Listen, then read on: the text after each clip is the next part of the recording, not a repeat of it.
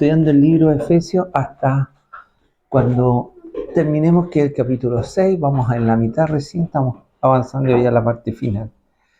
Bien, oremos. Amadísimo Dios, te damos gracias por la oportunidad que nos brindas un día sábado más de poder juntarnos a considerar la Escritura como parte tan importante del crecimiento espiritual, Señor. Nosotros, tus hijos, nos alimentamos de tu palabra. Tu palabra es la que nos da la fortaleza, la que nos entrega el conocimiento verdadero de ti.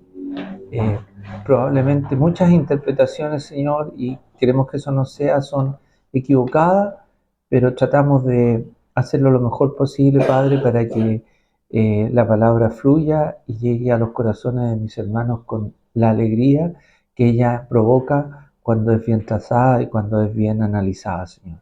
Te damos gracias, Señor, porque tenemos la necesidad de crecer. Te damos gracias también porque es una hermosa oportunidad que tú nos brindas de escuchar, Señor, lo que nuestro espíritu necesita, Padre, que es tu presencia y tu palabra obrando en nuestro hombre interior.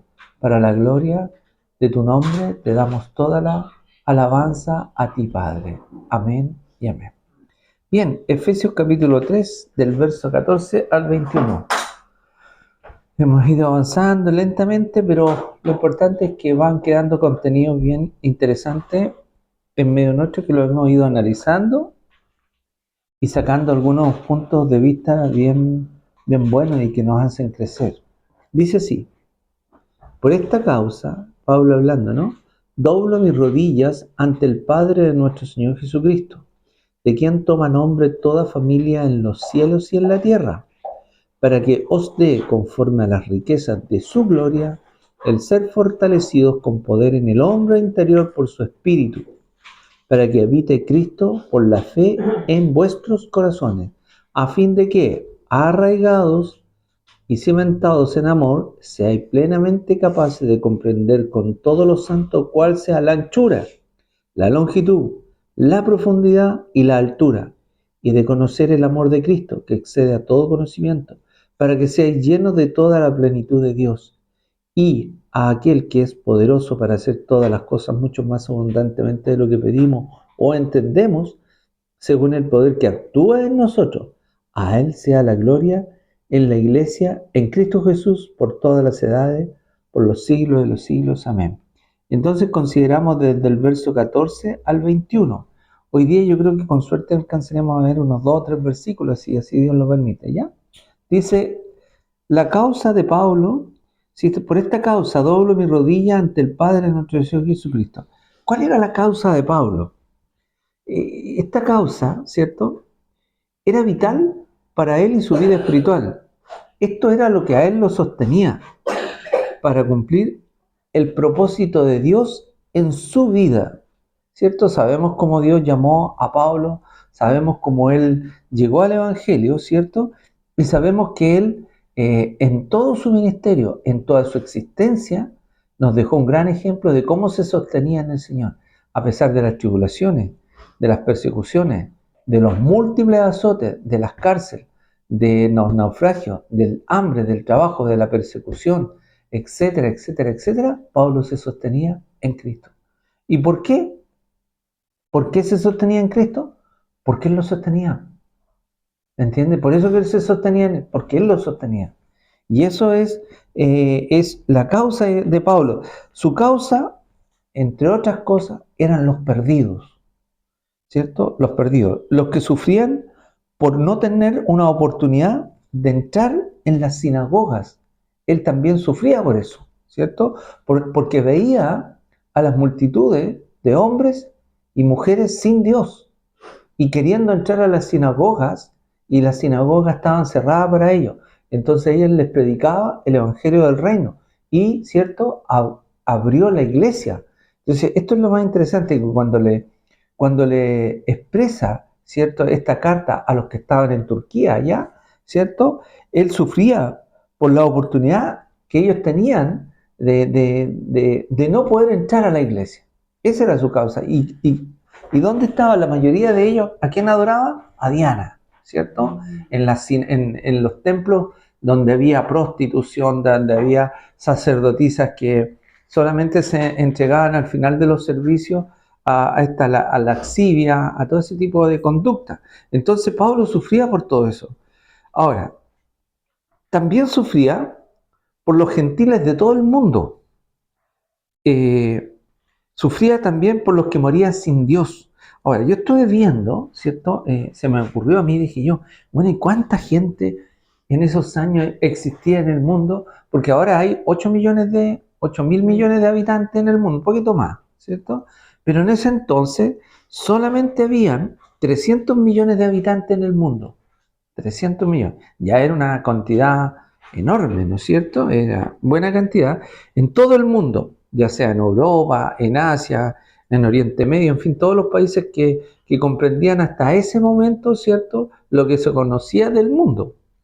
Y él, él sufría por los que morían sin Cristo. Eh, Ahora, de estos 300 millones de gente que había en ese entonces, ¿cierto?, pocos tenían la oportunidad de llegar a conocer a Dios. Y por eso que él estaba preocupado, ¿cierto?, como causa la predicación del Evangelio en todo el mundo. Si nosotros analizamos, en ese entonces había 300 millones, ¿cierto? Y se supone que en general se dice que se habla de un 20%, que está en la iglesia. Es decir, serían 60.000, ¿no? ¿Estoy bien? Sí. 60.000 personas que había en todo, digamos, la iglesia. ¿Ah? No, 300 millones, 60 millones. ¿Ah? El 20% sería 60 millones. Bueno, era una muy buena cantidad, ¿no? Ahora, en este momento hay 8.000 millones.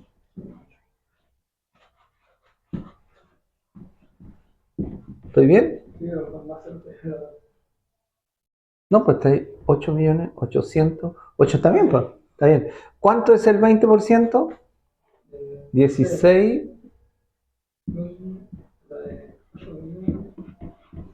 ¿Estamos bien? Ya, esto en todo el mundo. ¿Ya? 16 millones. No, 16. No, parece que es menos, ¿no, Juan? A ver, ayúdame. 1600. 1600. Eso es. Ok. ¿Y el resto? ¿Y el resto? ¿Qué pasa con el resto? El resto muere sin Cristo.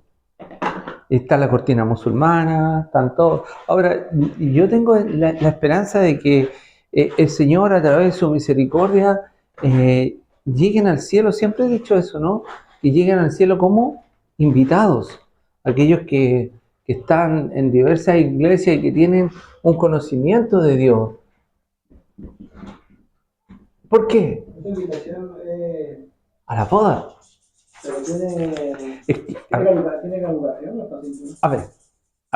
¿No tiene fundamento? Es decir, lo único que yo puedo decir, ¿cierto? Que para entrar al reino de los cielos, ¿qué tenemos que tener?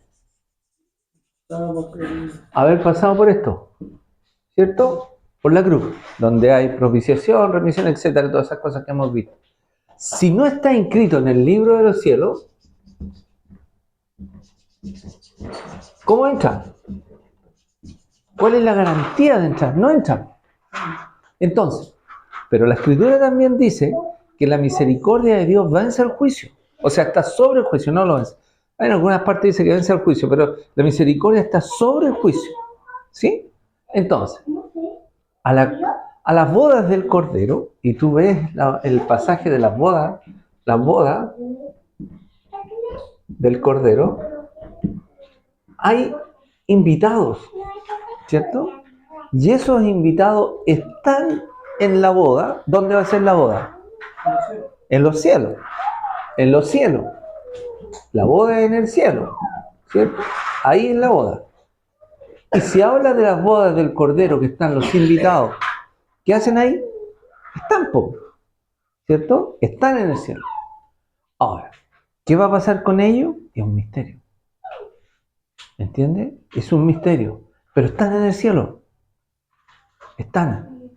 No sé cuál es la función de ellos, yo desconozco, porque tampoco la Escritura habla en profundidad de eso, no habla en profundidad. De hecho, da un pincelazo de los invitados a las bodas.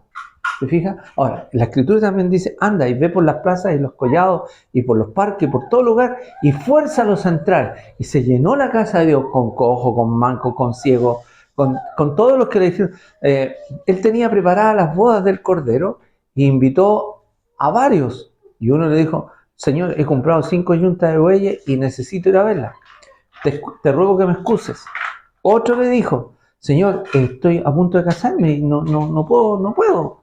Y tampoco. Entonces las excusas son muchas, pero al reino de los cielos solamente entra la novia. La novia con toda propiedad. Y los demás son invitados. ¿Ya? No sé, no me pregunten porque no sale, por lo menos yo no tengo conocimiento de que alguien haya hecho un estudio que diga los invitados son tales y tales personas. Pero yo supongo que hay muy buenos católicos, ¿cierto? Hay muy buenos católicos, católicos que le creen al Señor, que oran al Señor, que aman al Señor, ¿sí? ¿Es cierto? Y muchos de ellos son convertidos al Señor.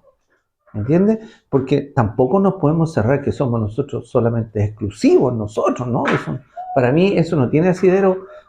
Gente que piensa así, yo creo que está en un pensamiento, no es un pensamiento abierto. Y también yo he conocido testimonios de gente, ponte tú, testigos de Jehová, que son testimonios extraordinarios, de buenas personas, de gente correcta, gente que ama a Dios. ¿Entiendes? Entonces, si aman a Dios, ¿no van a tener la oportunidad de entrar a las bodas del Cordero a lo menos? Aunque no hayan inscrito su nombre en el libro de la vida. Es que no tendría sentido. ¿Cuál? ¿Qué no tendría sentido? Que pasaran por la cruz. O sea, sí, o sea, a ver, estamos de acuerdo. Dices tú que no van a tener los mismos privilegios. Exactamente. Ahora, la cruz es fundamental. Nadie entra al reino de los cielos si no entra por la cruz. ¿Ya? O sea, si no está la cruz de ese medio, no entran al reino de los cielos. Porque en la cruz están todas estas cosas que hemos compartido y que sería bueno que se las aprendieran. ¿Se acuerdan de lo que son? La remisión. Ahí la cruz, en la cruz es donde el Señor quita los pecados. La remisión, la propiciación, ahí Él propició los pecados. Ahí propició tu salvación, ¿cierto? Remisión, propiciación, santificación, justificación, etcétera. Todo lo que hemos analizado está ahí. Entonces, si no tienen esto, yo tengo mis dudas. Pero sí, aquí los meto. ¿Sí? ¿Les queda claro? Bueno, entonces, esto era la causa. Yo pensaba que los invitados eran los que morían en el último momento. No, porque ya es que esos son arrepentidos. No tienen el sello, pero entran. ¿Entiendes? Es que ellos, a ver, ¿cuándo tú inscribes tu nombre en el libro de la vida? Cuando te arrepientes. ¿Entiendes? Yo he conocido 2, 3 personas más o menos, 3, tal vez un poquito más, sí, 3 personas que en el último momento de su vida se arrepintieron, o poquitito tiempo antes se arrepintieron. ¿Te acuerdas tú de la Blanca, la señora Blanca? Una que comía en tu casa, Edith, una anciana que era, ¿te acuerdas de ella? Bueno, ella se arrepintió a última hora y al poco tiempo murió. Después había un vecino de Edith, también se arrepintió a último tiempo, que lo visitábamos, que era el padrino que ustedes le llevaban, y también se arrepintió en el último tiempo, y poquitos días murió, pero no tuvo el bautismo del Espíritu Santo. Sin embargo, para mí, ellos constituyen parte de la novia, ¿entiendes? La diferencia está en las recompensas, que ellos no van a tener recompensa, porque ¿qué recompensa van a tener si se arrepintieron? Por ejemplo, que murió al lado del Señor, aquí, al lado. El que estaba ahí, ¿cierto? Que murió y le dijo al Señor, hoy mismo estarás conmigo en el paraíso. ¿Qué recompensa puede tener si hizo puras maldades? Pero tuvo la capacidad de pedirle el perdón al Señor. ¿Y qué recompensa puede tener él? Dime, ¿cuál es? ¿Ah? La corona de vida, nada más, la única. Que es la que vamos a recibir todos por habernos hecho hijos de Dios. ¿Ya? Ok. Entonces, la causa de Pablo son los perdidos, los que morían sin Dios. ¿Ya? Ahora, ¿cuál es nuestra causa? Ese es el punto. ¿O no tenemos causa? ¿Tienes causa, Katy? La causa es la que dijiste la semana pasada. ¿Ya? Claro. Tenemos un mandato general, ¿cierto? A ver, Y predicar. ese es un mandato general, ¿cierto? Esa es la causa general que todos tenemos. Ir y predicar el evangelio a toda criatura, en fin, todo lo que más. ¿Y cuál es la causa personal? Pues, o sea, ¿cuál es la causa personal? ¿A qué te llamó el Señor? Está bien, hacer su voluntad. Y su voluntad es agradable y perfecta. Buena, agradable y perfecta. Eso es súper importante, ¿cierto? ¿Qué importante es? ¿Pero y tu causa? ¿Personal Claro, o po. de esta congregación? No, po, la personal, porque la congregacional, eso tiene que ver con la visión, tiene que ver con la misión de la iglesia, que es una causa de la iglesia, ¿no? Pero aquí estamos hablando de la causa de Pablo. ¿Cuál era la causa de Pablo? Predicar el evangelio, sufrir por los perseguidos, sufrir por los que estaban sin Dios y orar por la iglesia, ¿no es cierto? Él estaba preocupado de la iglesia, está preocupado de que no los judaizaran, de que no les metieran. Cada uno debería tener adoptado esto. Cada uno tiene, es que, Sufrir por los que sufren. Por ejemplo, esas niñas que pasan, qué tremendo peso nos deja cada lunes saber que las chicas, imagínate, una niña más o 10 niñas más están sufriendo la perturbación esa que las vendan, que horrible. tengan el dinero para comprarla, para poder sacarla de ese ámbito. Claro. No sufren por eso. Sí. Cuando las enfermedades que se han presentado tremendas. Sí, está bien. Eso sería la generalidad. Pero tu causa, se los dejo ahí para que nos analicen, ¿ya? A ver, esto es personal, Juan. ¿Me entiendes? Es tu causa, es en tu relación con el Señor. Exacto, es tu relación con el Señor. El Señor te dice, pum, esta es tu causa, esta es tu carga. ¿Entiendes? Vuelvo a insistir, tenemos una causa común que es ir y predicar el Evangelio, por la cual vamos a tener que dar cuenta. Tenemos también los dones, los ministerios, ¿cierto? Que como parte del servicio. Pero ¿cuál es mi causa? ¿Mi causa son los perdidos?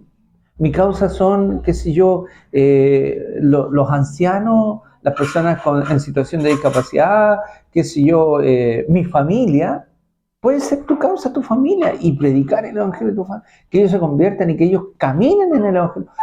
Esa causa la tienen que ustedes descubrir en lo personal, ¿no? ¿Entiendes? Así como Pablo le dice, por esta causa, dice, doblo mis rodillas ante el Padre de nuestro Señor Jesucristo, de quien toma nombre toda familia en los cielos y en la tierra.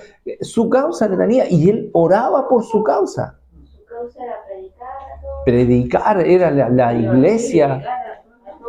Y sí, y básicamente que la iglesia no fuera infiltrada, ¿me entiende? Que no fuera contaminada con doctrina equivocada, con la falsa doctrina. Por eso que él le dice, cuando le escribe a Timoteo, ¿cierto? Le dice, oye, la palabra es útil para redarguir, para corregir, para enseñar y para instruir en justicia, a fin de que el hombre de Dios sea enteramente preparado para toda buena obra y perfecto y enteramente preparado. Entonces, ¿cuál era la causa de Pablo?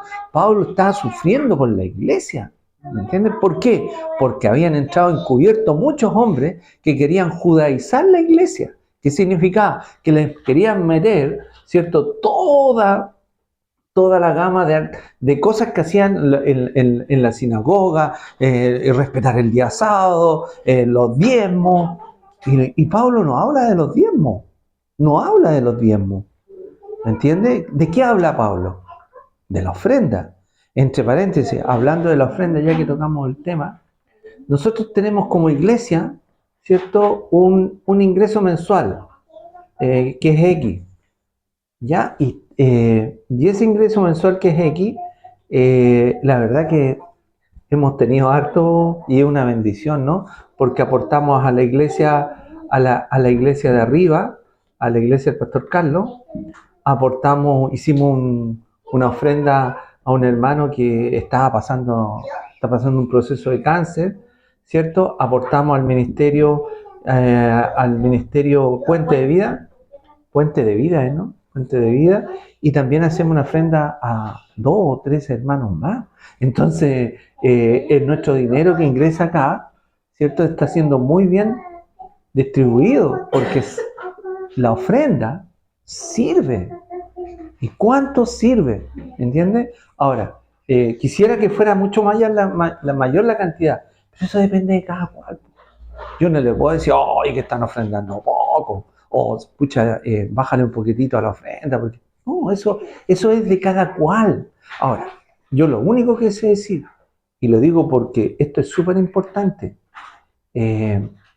cuando uno entiende que Dios te provee, que Dios te da, que Dios te sostiene, que Dios te defiende, uno siempre, ¿cierto?, tiene una mirada misericordiosa al Evangelio y de los que tienen necesidad. Por eso que, ¿cierto?, me salí del tema, pero Pablo no habla de la ofrenda. O sea, no habla de los diezmos, habla de la ofrenda. Y cuando hay que... por eso que en la iglesia, cuando partió arriba, y creo que es una buena política, una buena doctrina, es ofrendar como se ofrenda arriba, ¿cierto? Ahora, eso no quiere decir que en la semana también se pueda pedir una ofrenda, pero como regla general, nosotros no estamos acostumbrados a pedir plata, porque entendemos que el Señor es el que pone en el corazón ofrendar, ¿me entiendes? Si hay egoísmo, y a veces a mí me llama la atención, ¿eh? Porque cuando hemos pedido ofrendas, son de esta cantidad, y de esa cantidad. Entonces yo digo, chuta, ya, ¿qué hay en el corazón de cada persona? O sea, bueno, yo no quiero juzgar porque no estoy llamado a juzgar, pero tratamos de, porque ahí me toca a mí mismo también, porque yo también tengo que ofrendar y ofrendo y siento que a veces duele, ¿o no? ¿No duele ofrendar? ¿A ustedes no les duele ofrendar? Yo creo que a nosotros nos duele ofrendar. ¿Por qué? Porque tenemos esos apegos, ¿me entienden? Pero también, cuando yo he visto, y si es una cosa maravillosa, cuando yo ofrendo más de el Señor lo retribuye de una manera impresionante. Impresionante. Entonces, uno vive en virtud de eso. Pero bueno, vamos a entrar al tema. Entonces, ¿cuál era la causa de Pablo? Cierro ese paréntesis que surgió, ¿no? ¿Cuál era la causa de Pablo? La iglesia, los que sufrían, los que estaban sin Cristo. Ahora, ¿cuál era la causa espiritual de Cristo? Qué buena pregunta. ¿Cuál era la causa espiritual de Cristo, Juan? ¿Cuál era la causa de Cristo? ¿El no pecar o...? ¿Él? Él no pecó. No. Pero... ¿Y todo el mundo está pecando? Arrepentido porque el reino de los cielos, él fue el que, su causa fue traer el evangelio, abrir el evangelio al mundo, ¿me entiendes? Ya que los judíos dijeron no, ¿se acuerdan de la mujer cananea? Cuando le salió la mujer cananea y que le dijo, yo no vine a los perdidos, yo no fui enviado a los perdidos, sino que vine a la casa de Israel. Porque él fue enviado a la casa de Israel. Y después el Señor da un giro cuando ve las multitudes sin pastor. Entonces, ¿cuál era la causa de Cristo? El mundo, la gente del mundo, los gentiles, los que estaban sin Cristo. Primero vino a los judíos, ellos lo rechazaron y el Señor miró a todo el mundo, ¿me entiendes? Pero Él vino a los judíos, el Señor, el Padre lo envió a ellos. Ellos le dieron la espalda al Padre al darle la espalda a Cristo. Y el Señor abrió las oportunidades. Pero eso es porque ellos se negaron. No, porque estaba en el plan de Dios. De antes de la fundación del mundo estaba en el plan de Dios. Y eso me llevó a una pregunta que me dejó bien complicado durante varios días, ¿cierto? Que era, suponte tú, antes que empezara el ministerio del Señor, ¿por qué ayunó? ¿Tenía necesidad de ayunar el Señor? Dice que fue llevado por el Espíritu al desierto para ayunar, y después de haber ayunado 40 días y 40 noches vino a él el tentador. ¿Pero por qué ayunó 40 días y 40 noches? ¿Tenía necesidad? ¿No conocía las cosas? ¿Por qué ayunó? Bueno, ¿por qué ayunó? ¿Me entiende? ¿Por qué ayunó? ¿Por qué piensan ustedes que ayunó? ¿Ah? Sí, sí, Él vino como cualquier persona del mundo. sí, pero era Dios. Sí, pero dice que ¿Por qué pasaba tantas horas orando en las madrugadas, en las vigilias de la noche? Ese es otro tema. ¿Eh? Las vigilias, hay 4 vigilias por si acaso. ¿Eh? ¿Por qué a veces oraba en la primera vigilia, en la segunda vigilia, a veces, y principalmente todo el ministerio del Señor se dio en la 4ª vigilia? En la 4ª vigilia, de las 3 de la mañana a las 6 de la mañana, hubieron muchas cosas extraordinarias en esas vigilias, en el Señor Jesucristo, cuando empezaba a levantar el alba. Por ejemplo, me acuerdo, cuando iban los discípulos, crucen el río, o sea, crucen el mar y váyanse al otro lado. Pongan atención para que yo no me desvíe, porque si ustedes no ponen atención, yo me desvío. A ver. Iban al otro lado del mar, ¿cierto? ¿Y él a qué hora vino? A la 4ª vigilia, ¿entiendes? Y les apareció ahí. Ahora, ¿por qué él oraba tanto? ¿Cuál era su causa? Traer el reino de los cielos a los perdidos. Entonces, ¿cuál es el mandato que nos dejó? Ir y predicar el evangelio a toda criatura. ¿Entiendes? Entonces, claro, ¿cuánta gente conocemos que está perdida? ¿Cuánta gente conocemos que está perdida? Compañeros de trabajo y que no tienen ningún interés en conocer al Señor. ¿Cuánta gente hemos invitado acá y no tienen interés? No, porque no les da, no nomás. Entonces,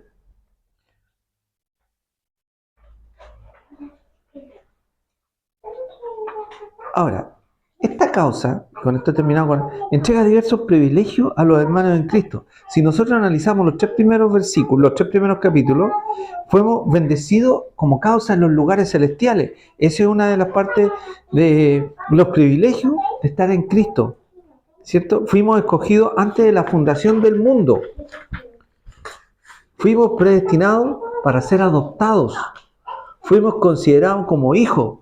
Fuimos incluidos, esto sí que es interesante, en el testamento de Dios, según lo que estudiamos antes, como causa de Pablo que estaba ministrando, porque estas son parte de las cosas que ministró Pablo. Fuimos hechos parte de la iglesia de Dios, fuimos parte de su novia.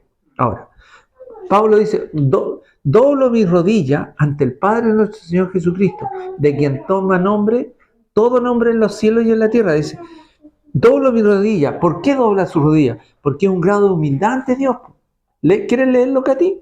Por esta causa doblo mis rodillas ante el Padre de nuestro Señor Jesucristo. Ya. ¿Qué hacía él? Ahí nomás, hijita. ¿Qué hacía él? Doblaba su rodilla. ¿Por qué? En señal de humillación, de humildad delante de Dios, de poder reconocer la grandeza de Dios. ¿Cierto? Bueno, cada uno ora como estime, ¿no? Como estima, eso ya es personal, porque algunos pueden orar de posición abdominal, de cúbito dorsal, etcétera, las posiciones que uno estime, pero eso es lo personal, pero uno tiene que tener una actitud de humildad ante Dios, ¿no? Ya, es la capacidad de reconocer quién era Pablo y quién era el Señor. Pablo estaba orando con una oración de fervor, siempre oró fervorosamente. Señala, lee el 15, Katy. De quien toma nombre toda familia en los cielos y en la tierra. Ya. Ahora, aquí yo debo reconocer que cometí un error la semana antepasada al incluir en la familia de Dios estos personajes. Ya, ellos no son parte de la familia, ¿ya? No. Los ángeles, ¿qué son? Servidores de Dios. ¿Ya? Están al servicio de Dios. Dios no los incluye. Revisando la escritura, en ninguna parte los ángeles son considerados su familia. La familia de Dios son los que ya están en el cielo y los que estamos acá luchando por alcanzar la vida eterna, ¿cierto? Por mejorar nuestro paso por el peregrinaje para la vida eterna. Pero los ángeles son Hebreos 2, 1 al final, por favor. Búsquenlo, a ver si yo lo encuentro.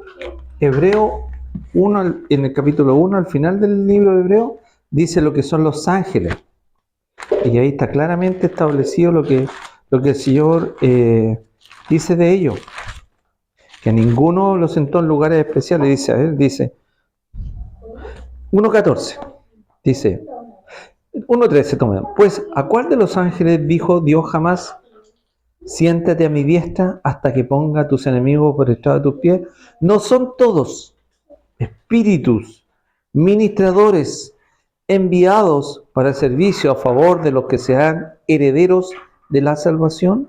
¿Entienden? Ciertamente de los ángeles dice, el que hace a sus ángeles espíritu y a sus ministros llama de fuego. ¿Ya? Entonces, en el verso 7, de ahí está todo, habla harto de los ángeles, ¿cierto?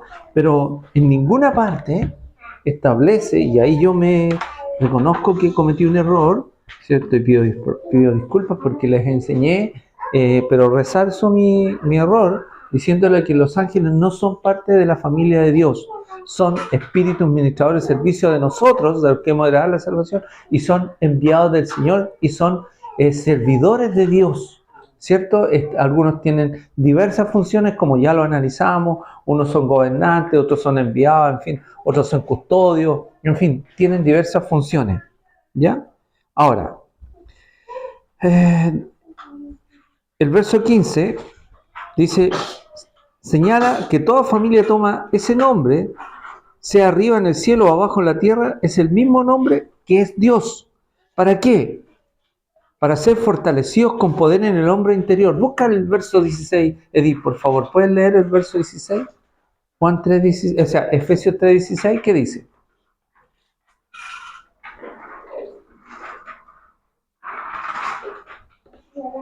¿Qué dice?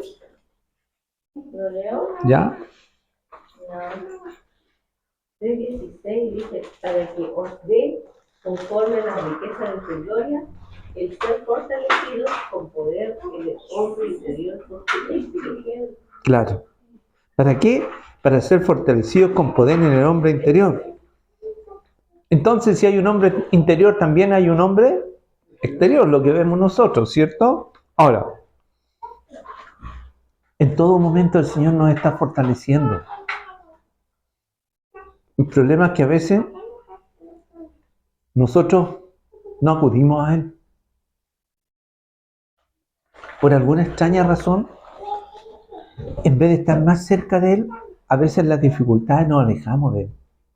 Cuando surgen problemas, en vez de estar unidos, aferrados, con diente y muela al Señor, tendemos a sentirnos desplazados. Y no es así. Es verdaderamente como tomarse del Señor sin soltarse, ¿cierto? Aferrado de Él. Ahora, ¿para qué? Para ser fortalecido con poder en el hombre interior. Si Dios lo que más anhela en los momentos difíciles es fortalecerte. ¿Para qué? Para enfrentar la prueba. Ahora, esto es verdaderamente renovar la mente. Es con una mente renovada que tú vas a poder entender estas cosas. Es lograr sustituir los pensamientos humanos por los que el Señor te quiere enseñar. Pensamientos de bien. Dios tiene pensamientos de bien en todo momento. Por favor, Juan, búscate Jeremías 29, 11 al 13. Y Katy, búscate Romanos 12, 1 al 3. ¿Ya? Entonces, esto es lo que busca Dios. Reduciré a Jerusalén a un montón de ruinas. De Jeremías 29, 11, 29. 29 del 13, ¿no? Del 11 al 13. Porque yo sé los pensamientos que tengo acerca de vosotros, dice Jehová, pensamientos de paz y no de mal, para daros el fin que esperáis. Entonces me invocaréis y vendréis a mí, y yo diré, y buscaréis y me hallaréis, porque me buscaréis de todo vuestro corazón. Claro. Porque yo sé los pensamientos que tengo acerca de vosotros, dice. Pensamientos de paz y no de mal, para daros el fin que esperáis. Entonces me invocaréis, mira, y vendréis y oraréis a mí, y yo os oiré, y me buscaréis y me hallaréis, Porque, ¿cuál es la clave? Porque me buscaréis de todo vuestro corazón. ¿Entiendes? O sea, tenemos que tener esa confianza. Romanos 12. 1 al 3. Sí. Así que, hermanos, os ruego por las misericordias de Dios que presentéis vuestros cuerpos en sacrificio vivo, santo, agradable a Dios, que es vuestro culto racional. No os conforméis a este siglo, sino que transformaos por medio de la renovación de vuestro entendimiento, para que comprobéis cuál sea la buena voluntad de Dios, agradable y perfecta. Digo, pues, por la gracia que le es dada a cada cual que está entre vosotros, que no tenga más alto concepto de sí que el que debe tener, sino que piense de sí con cordura conforme a la medida de fe que Dios repartió a cada uno. Claro. Ahora, ¿cómo me fortalezco en el hombre interior? Haciendo la voluntad de Dios. ¿Entiendes? Ahora, ¿por qué? Porque si yo paso prueba, no están bajo el control de Dios. Díganme, ¿Dios no tiene todo el control? Y entonces, si Él, ¿para qué son las pruebas, Juan? ¿Ah? A ver, el proceso de santificación es ascendente. Siempre partimos acá, el hombre empieza a caminar acá, ¿cierto? Y va creciendo en santificación. A medida que avanza, ¿cierto? A medida que avanza, crece en santificación. ¿Y cómo va creciendo? ¿Cómo va experimentando mayor santificación? Las pruebas. Las pruebas lo santifican de mejor manera. Hasta que llegue. Mire, si analicen la vida de Pedro, analicen la vida de Santiago, analicen la vida de Jacobo, de todos ellos. Jacobo, por ejemplo. ¿Quién era el principal de la iglesia en Jerusalén? ¿Quién era el jefe de la iglesia? ¿Quién era? Jacobo. ¿Se acuerdan, no? ¿No sabían? Sí, se lo ha enseñado. A ver, tomemos a Jacobo. Jacobo era El hermano. Sí. No creían en él. Jacobo no creía en Cristo, y eso que lo había visto desde niño, desde que Jacobo nació, vio al Señor Jesucristo. Qué tremendo testimonio. Y no creía en él. De hecho, ¿hay alguno que lo acompañó en su muerte? Ninguno lo acompañó. Y Jacobo ni siquiera lo nombran. Ni siquiera lo nombra en la Escritura. ¿O hay alguno que nombre que lo haya acompañado?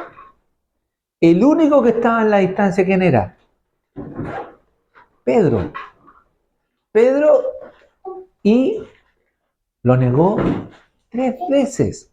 Entonces, las pruebas, pero después vemos a un Jacobo, ¿cierto? Jacob, jefe de la iglesia, o sea, no jefe, sino que el obispo, el que tomaba las decisiones por sobre Pedro y por sobre Pablo. Él era el que tomaba las decisiones de la iglesia. Era la máxima autoridad, ¿sí? Entonces, pero después de muchos años, después de pasar prueba tras prueba de persecuciones, de momentos difíciles, lo que dice Pablo, persecuciones, azotes, muerte. Pablo murió. Ustedes saben que Pablo murió, ¿no? Y que los hermanos oraron por él y lo resucitaron. ¿Entienden? Entonces, todas esas, digamos, situaciones complejas, difíciles, son para santimiento, claro, crecimiento en la santificación. Entonces, las dificultades que tenemos en la vida son parte del proceso de santificación. ¿Ya? Esto es lo último que vamos a ver. Ahora, fortaleceos con poder en el hombre interior. Es entender que en medio de toda dificultad, Él está siempre con nosotros. Siempre. Siempre está con nosotros. El punto es que nosotros no lo sentimos. No lo vemos, pero aquí, ¿qué actúa? La fe. Aquí actúa la fe. ¿Y qué es lo que es la fe? Ya, pero en buen chileno, creer sin ver. Es solamente creer que Él hará. Él hará. En los problemas de salud, Él hará. En los problemas laborales, Él hará. En los problemas familiares, Él hará. En los problemas del tipo que pongan ustedes, ¿cierto? Del tipo que sea. ¿Quién va a ser? Nuestra fe en Él. Y Él hará. ¿Ya? Mateo 28, 20, por favor. Si alguien lo tiene, lo lee. Miren la promesa que tenemos en este versículo. Esta sí que es una promesa hermosa que a veces la leemos y la pasamos por alto. ¿Qué dice, por favor? Enseñándoles que guarden todas las cosas que os he mandado. Y he aquí, yo estoy con vosotros todos los días hasta el fin del mundo. Fíjense lo que dice el Señor Jesucristo. He aquí, yo estoy con ustedes todos los días hasta el fin del mundo. ¿Dónde está? ¿Dónde está? ¿Dónde está el Señor Jesucristo? Claro, o sea, a ver, objetivamente el Señor Jesucristo está en el cielo, ¿cierto? Sentado a la diestra del Padre. ¿Sí? ¿Estamos claros? De acuerdo. ¿Y dónde más está? Sí, ¿y dónde más está? En el corazón del hombre, ¿cierto?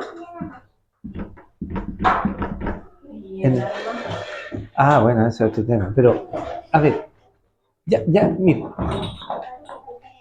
Aquí está Cristo. Dentro de nosotros. ¿Quién más está? Está el Padre, está el Hijo y el Espíritu Santo. Ahora, cuando Él se fue al cielo, ¿qué dijo? Les conviene que yo me vaya. A ustedes les conviene a todos nosotros les conviene que yo me vaya. ¿Por qué? Porque enviaré a otro, que es el Consolador, y Él os guiará toda la verdad. ¿Entienden? Entonces, el que vino a representar al Padre, al Hijo y al Espíritu Santo, o sea, ¿bien digo? Claro, al Padre es el Espíritu Santo. Él está en nosotros.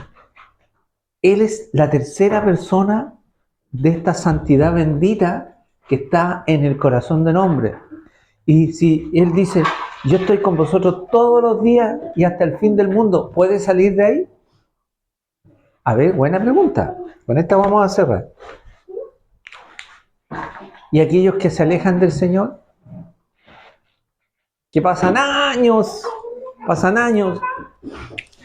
El Espíritu Santo se fue, salió. ¿Qué dices tú, Edith? No. ¿Por qué? Porque la Escritura lo enseña. ¿Entiendes? Si tú te arrepentiste de todo corazón y inscribiste en el libro de la vida, eres salvo. Va a llegar un momento en que el Señor te va a tomar.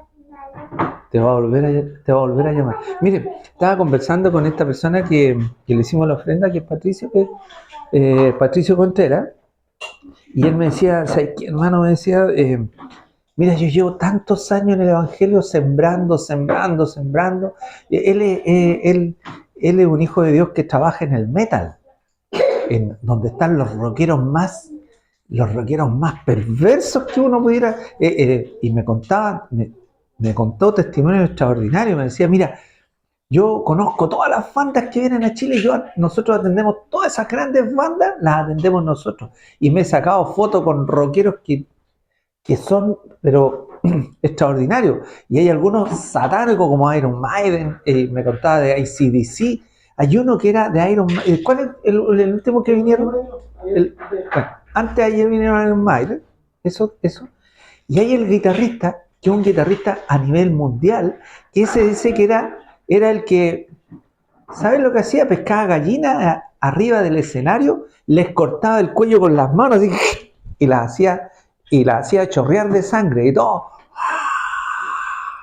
satánico, pero así hasta el extremo. El Señor lo tocó y se convirtió. Y me dijo, ve esa película de él. Ahí me dio el nombre, pero se me escapó. Hay una... Sigue ahí mismo, pero predica. Ahora predica. ¿Entiendes? Y el testimonio, él dice que él escuchó su testimonio, ¿cierto? Le fueron traduciendo el testimonio, dice de que él, sus padres eran evangélicos. Y lloraban por él. Y él cuando niño iba a la iglesia, pero se alejó y le gustó el metal pesado, el heavy metal, se hizo de la banda esta, ¿cierto? Participó, fueron famosos y hacía puras tonteras arriba del escenario. Sin embargo, un día sintió la inclinación de realmente necesidad de Dios, ¡pum! Y se convirtió al Señor y hoy sirve al Señor a pesar de que tocan ese tipo de metal.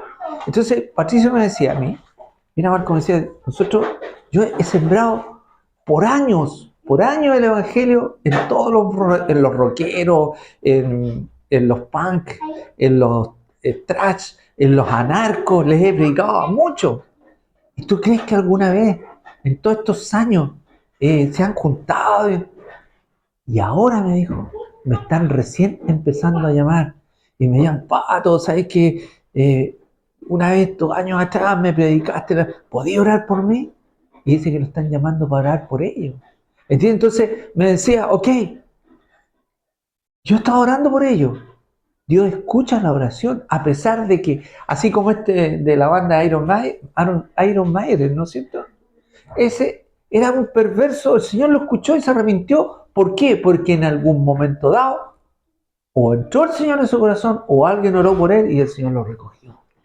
Entonces, para ir finalizando, el Señor dice que va a estar con nosotros todos los días y hasta el fin del mundo. ¿Para qué? Para fortalecernos en el hombre interior. ¿Entienden? Por esta causa doblo mi rodilla ante el Padre nuestro Señor Jesucristo, de quien toma nombre toda familia en los cielos y en la tierra, para ser fortalecidos con poder en el hombre interior.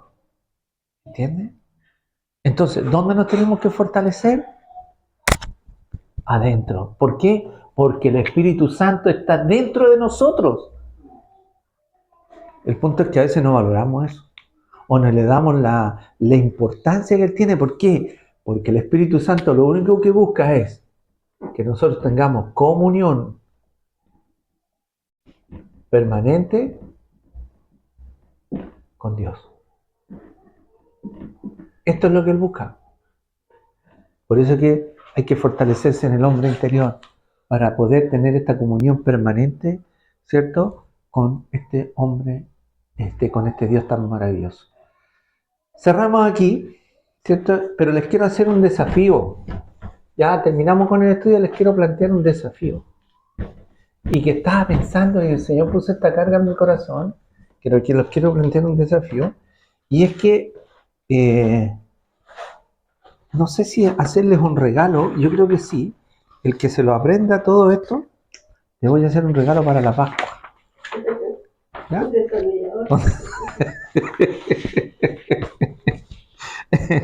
Miren, el desafío es que se aprendan los cambios espirituales de todo lo que hemos compartido durante todo este tiempo. ¿Se acuerdan que hemos compartido varias cositas? A ver si ustedes se las aprenden y les prometo una Giscard. ¿Les parece? Una Giscard por Lucas. Para que se compren de esta niña. Miren, tenemos los cambios espirituales. Cambios espirituales tenemos.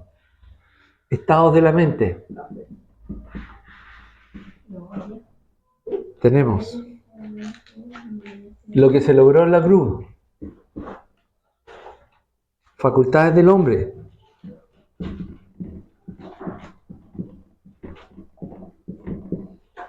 Estado espiritual de la mente.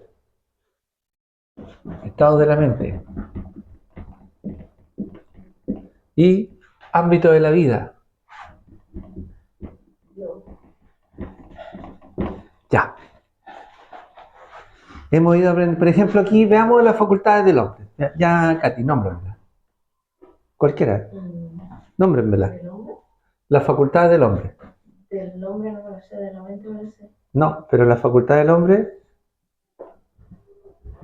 Libertad, voluntad, intelecto, conciencia. sensibilidad. ¿Ya? Veamos, por ejemplo, ¿qué es lo que ganamos en la cruz? ¿Qué es lo que el Señor nos entregó en la cruz? Propiciación, remisión, redención, santificación, ¿qué más? Justificación, vida nueva, ¿cierto? Y así, ¿qué más tenemos ahí? Espérense que también a mí se me olvida. Inscripción.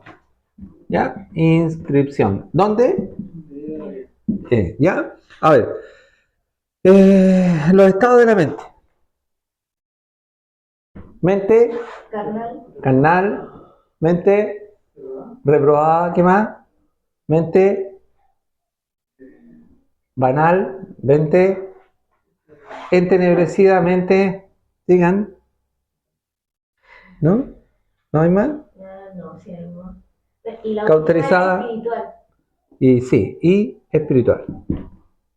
Falta una. Son 7.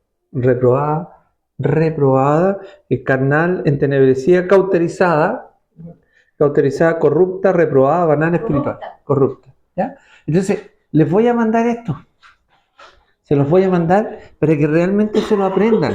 Porque, por ejemplo, los cambios espirituales, metanoia, metanoia, metamorfosis, metaneuma, ya que eso también se los mostré. También tenemos ¿El estado de la mente? los estados de la mente. Pues, lo que ¿Lo pusiste 2 veces entonces, no? parece que sí. Sí. Entonces, estado espiritual del hombre. Estado espiritual del hombre tenemos el intelecto que está en la mente está en él. ¿Dónde está la mente? En el corazón. ¿Y dónde está el corazón, Edith? En el alma. ¿Y el alma dónde está? En la sangre. Todo eso apréndanse, porque les va a servir para conocer de mejor manera todo lo que plantea la Escritura. Eso. Cerremos acá orando, ¿ya? Y puedes poner un poquitito una alabanza, Carita, por favor, para terminar el servicio. Padre, te damos gracias porque tenemos esta oportunidad de venir a este lugar, Señor, a aprender de ti, a compartir la palabra, a compartir el testimonio de tu Hijo Jesús en nuestras vidas. Gracias, Señor, porque sin duda tu mano está con nosotros. Gracias por habernos ministrado y por habernos ayudado tanto, Señor. Siempre, Señor. Siempre nos has ayudado. Gracias, Señor. Amén. Gracias por el